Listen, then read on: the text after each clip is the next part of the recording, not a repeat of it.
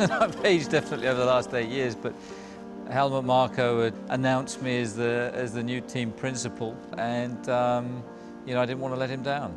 Did I feel ready? Probably not. When I first joined Red Bull, huge change culturally for me. The easy thing was to stay at McLaren and carry on there. It was comfortable. But I just felt I needed a new challenge. I felt I was getting a bit stale at McLaren. It was quite clear that Red Bull's objectives in Formula One weren't to be a stiff corporate partner. They wanted to break the boundaries. They wanted to do things differently. And there was a much more fun vibe about the team.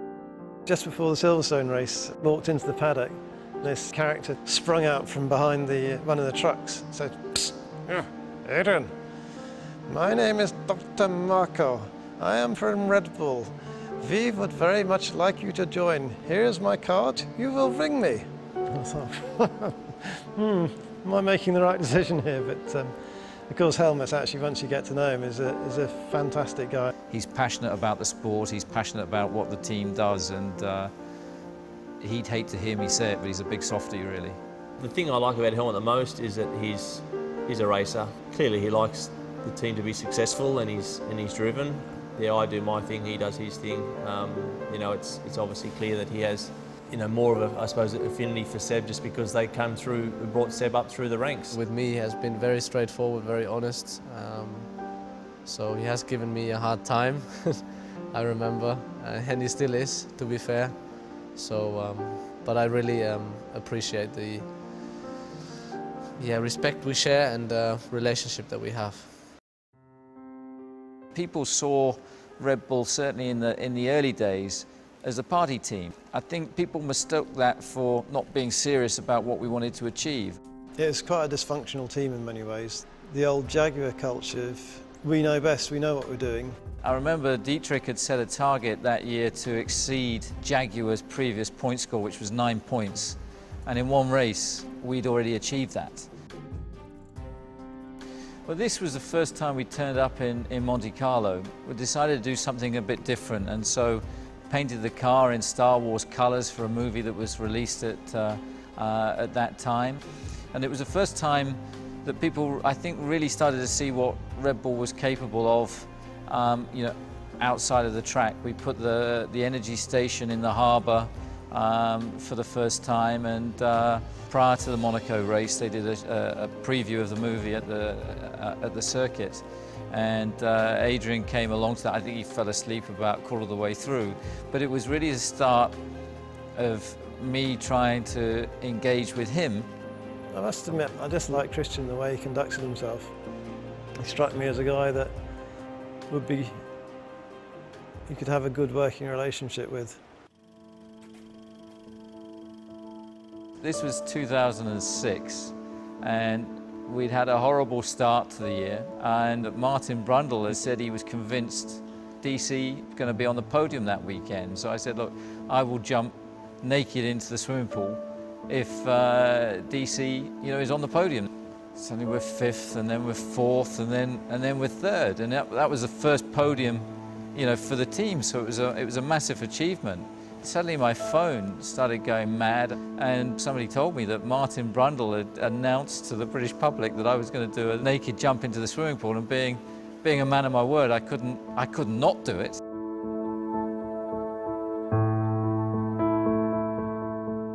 Yeah, this looks like the first photo shoot at the launch of RB3. Wow.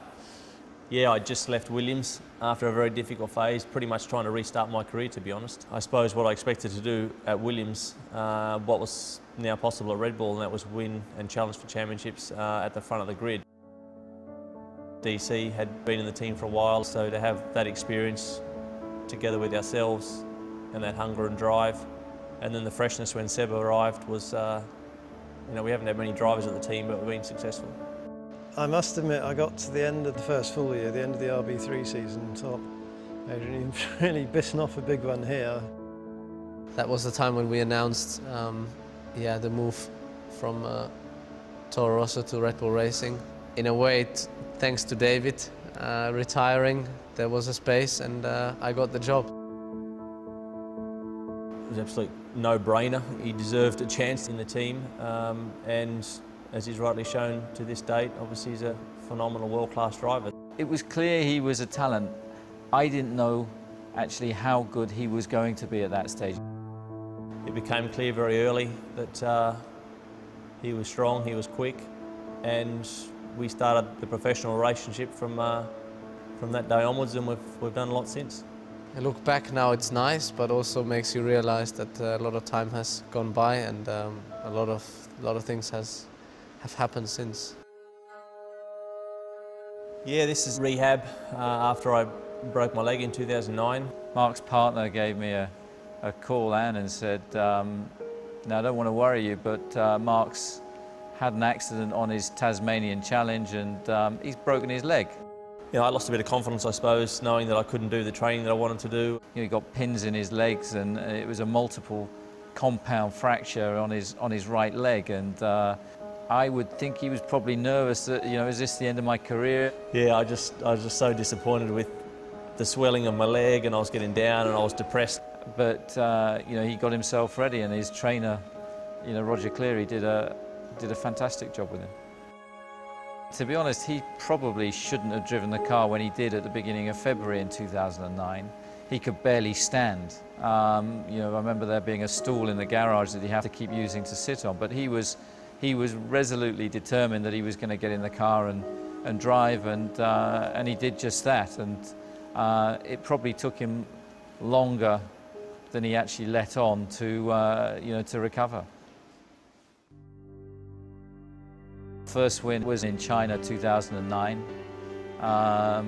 Little known fact, but the left handle on the trophy actually fell off when I picked it up. The first win with Red Bull Racing was obviously something very special. It was a kind of a breakthrough.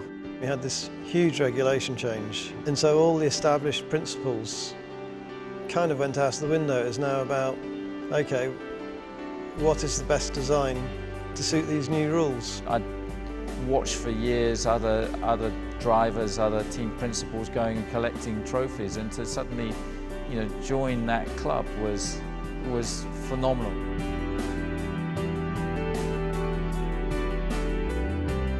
My first Grand Prix victory, it was definitely a huge relief. I had, you know, everyone was saying it was mine to lose, all that sort of stuff. He was massively quick that weekend. He qualified on pole. I just knew that I had to get away well, which wasn't too bad, but I had contact with Rubens off the line. Got a drive through. Then he came back incredibly quickly. I thought, my God, yeah, this is not going to happen. Have I blown it? He was overcome with emotion, which was great to see. I remember saying to myself when you look at that, I just said, yeah, I don't give a shit. Yeah, it was for me. Brazil 2009, and we were fighting for the championship until the last race. I think unlike a lot of people in the whole paddock, we always kept believing the whole year that we can still do it. At the end of that year, there was enormous fear when we did miss out on the championship that kind of, that's it, our one chance for our 5 minutes of fame had passed. Whereas if you win, obviously everything is rather crazy. When you lose, yeah, you have time for yourself. Nobody, you know, is interested. You have time immediately to let the emotion sink in, and if I look back seeing the image, I know exactly, you know, what I felt, and I was crying after the race.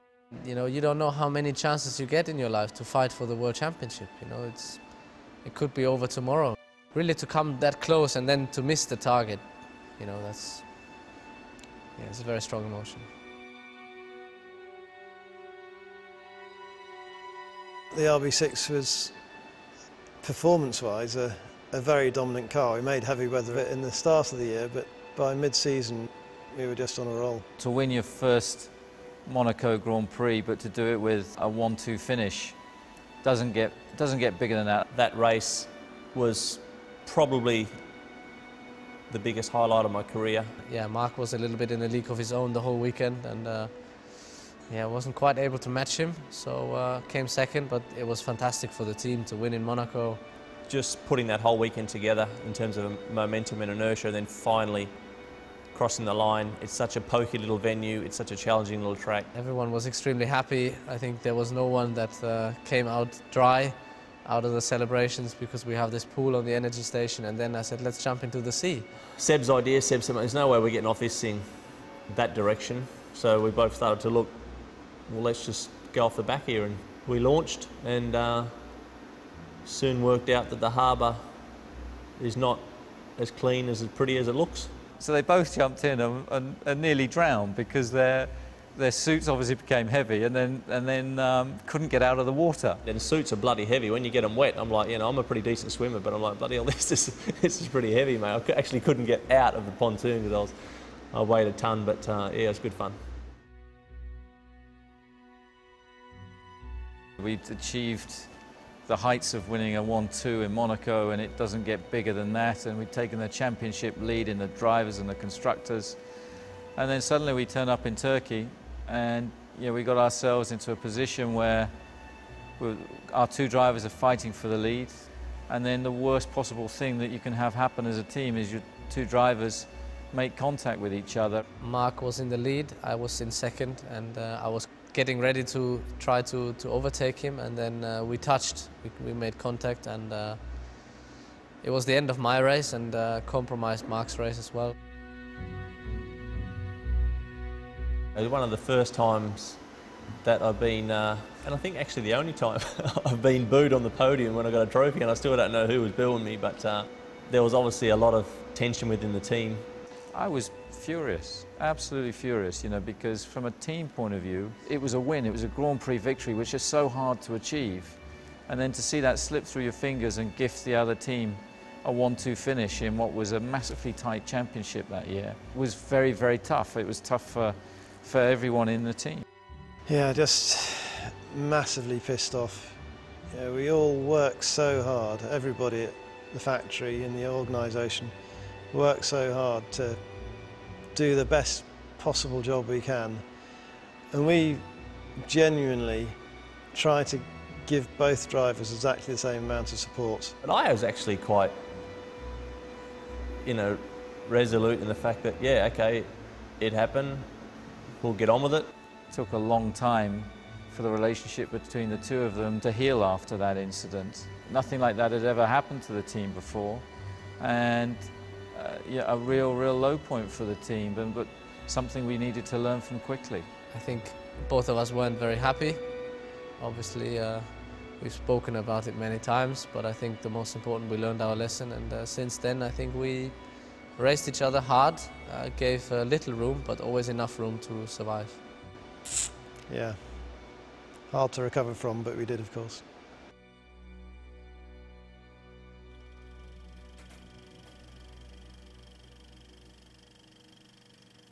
Career was, we were at a critical stage of the championship, 3 races to go.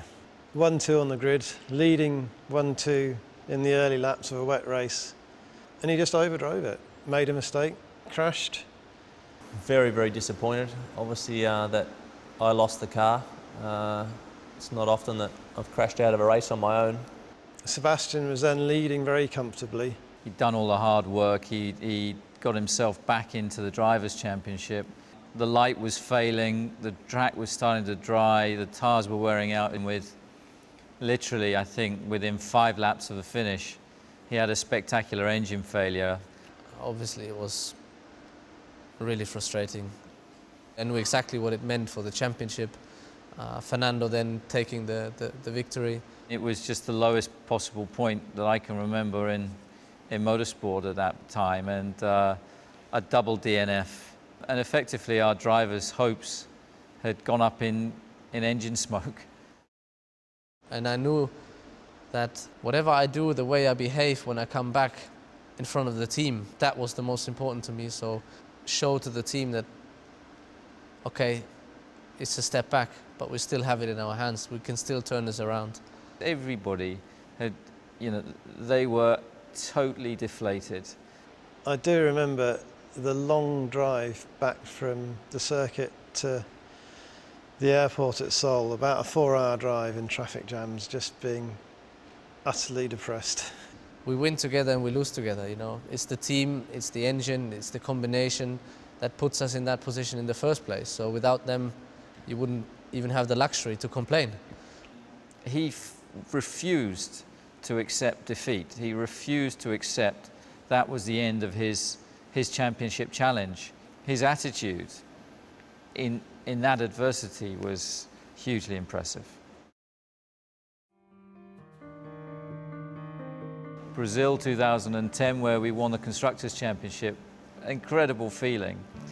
Means that you've been better than Ferrari, you've been better than McLaren, better than Mercedes-Benz, all these other teams.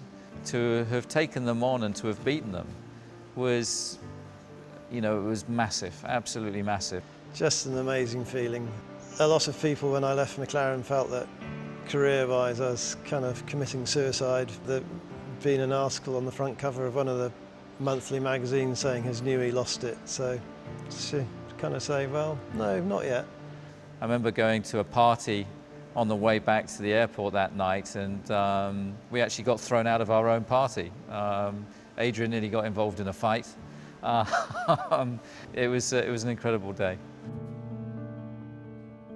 This was Abu Dhabi, so against all the odds, Sebastian won the Drivers' World Championship, and it was really special to have Dietrich there that day. He doesn't come to many races. He likes to keep a very low profile, but it's his support, his vision and encouragement that's enabled us to achieve what we have, and that was what was so special, that he was there in Abu Dhabi to witness Sebastian becoming the first Drivers' World Champion for Red Bull.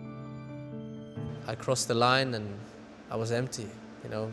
I started crying under the helmet, and it was very difficult to find, you know, the voice to talk to the team, to respond. And on the podium as well, and the whole night after that, yeah, it was a bit like a rush, you know. It was very difficult for all of us, I think, to understand what we have achieved. It took about another month before realization finally set in that we'd won the Constructors and Drivers' World Championship. And even if we achieved nothing else in the sport, nobody could take that away from us.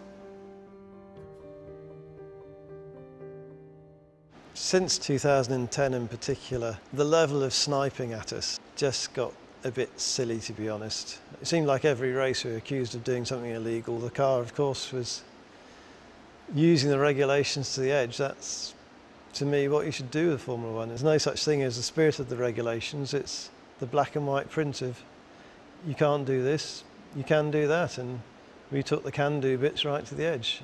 Bottom line is, the car was legal, we won the races. This was a big pass. Unless you've been to Eau Rouge, you don't see how steep it is on the run road. This is two world-class drivers giving each other just enough room and respect. We plummet downhill, and then you smash into the bottom of Eau Rouge. At this stage, I remember turning away because I couldn't even watch the screen. And I just had the inertia, and I just pulled to the left, and I thought, yeah, I can make this work here now.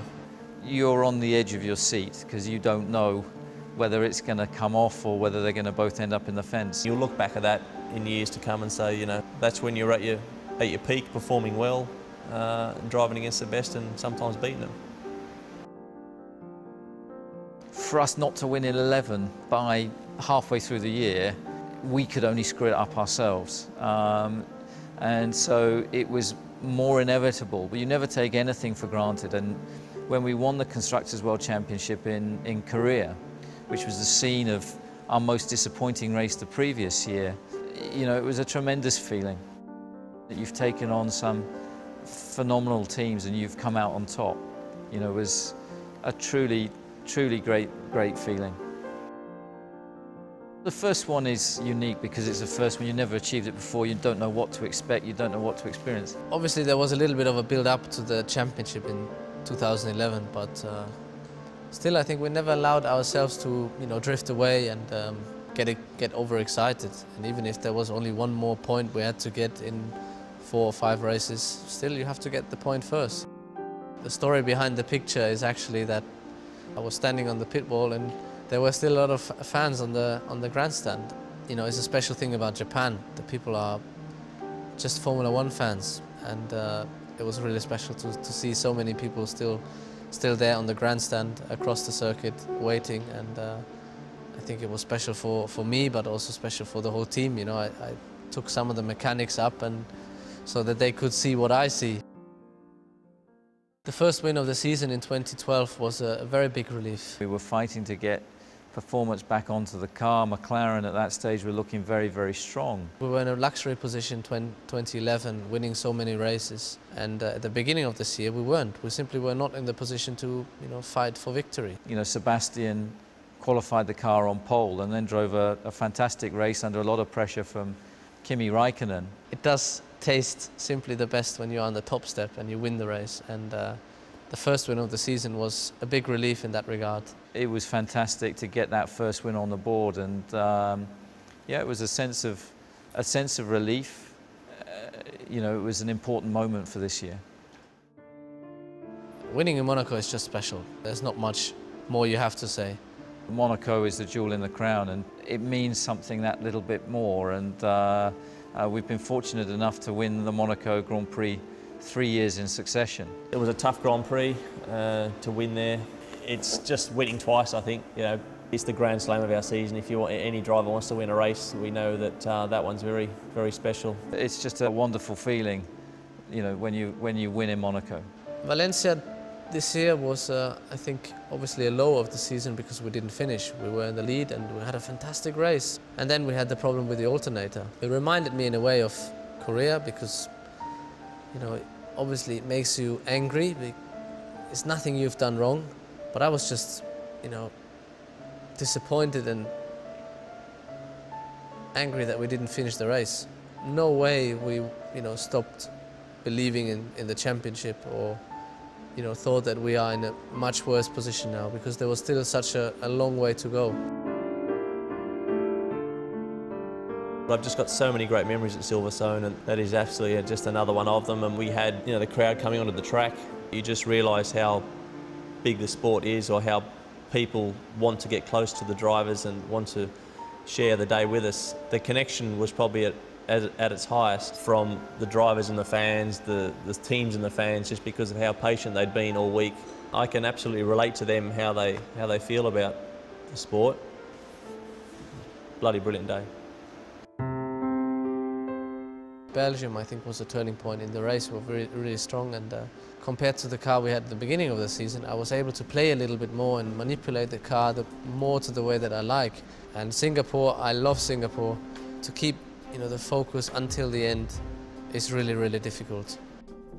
Whereas Abu Dhabi has been quite a good place for us in the past, on that particular day it wasn't. We decided to start from the pit lane because we changed the car for the race, and I remember going in to see Sebastian, who was playing on an electronic drum kit, you know, just before, an hour before the race, just to wish him luck. And he said, "I'll see you on the podium."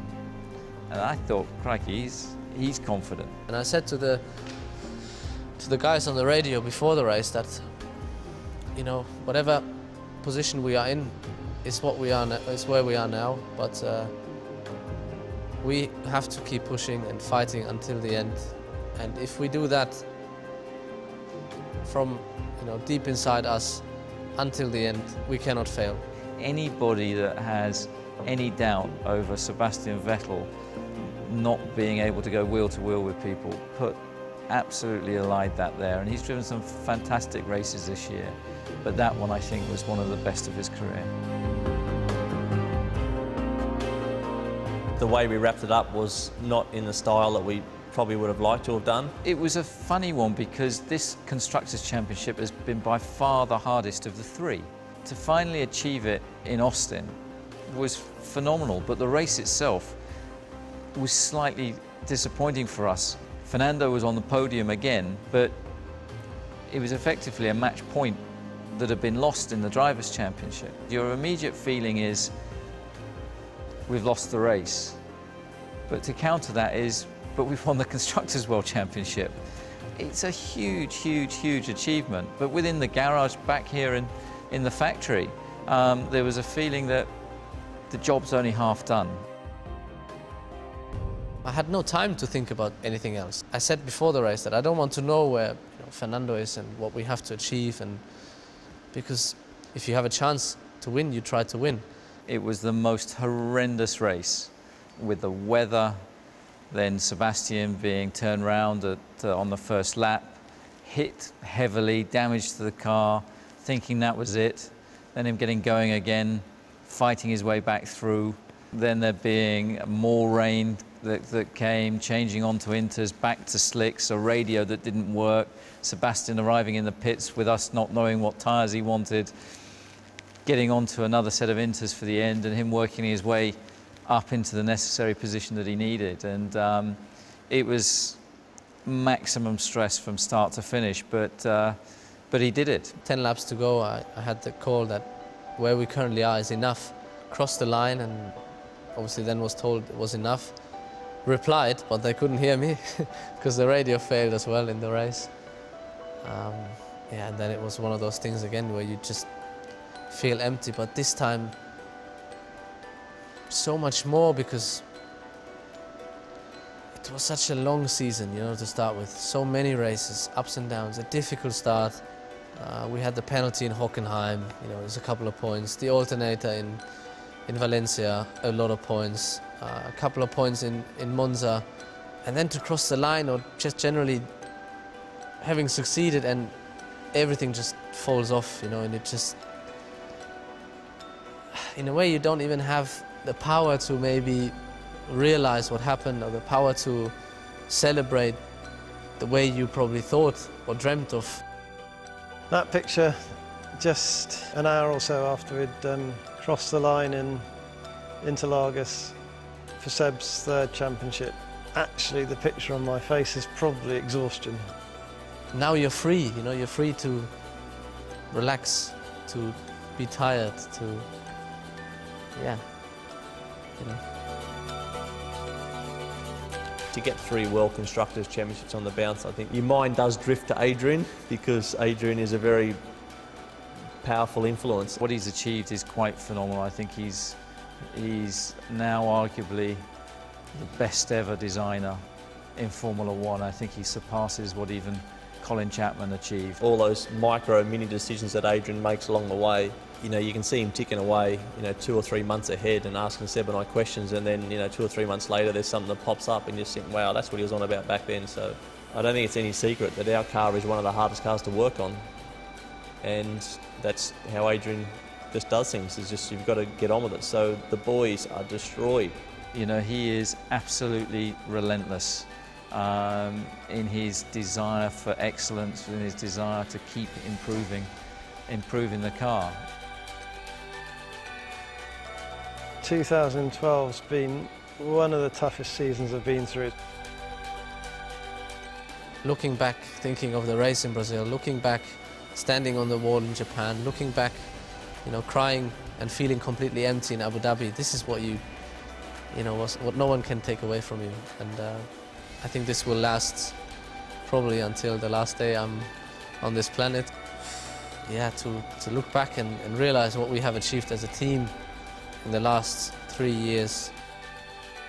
Winning is one thing, but to maintain those standards, to maintain the position at the front is incredible, and the pressure that goes with that. It was the toughest championship to win in constructors-wise, but in terms of our consistency, in terms of how the team have stayed together for that long, I mean, to get 3 was certainly not easy as a team. If you imagine now that stop now, it's still a lifetime achievement, and I hope that in my life there's still so much more to come. Things on the racetrack, but you know, there's also a lot of things off the track. You know, one day you want to have a family, you know, kids, and I think, you know, I'm looking forward to those kind of things.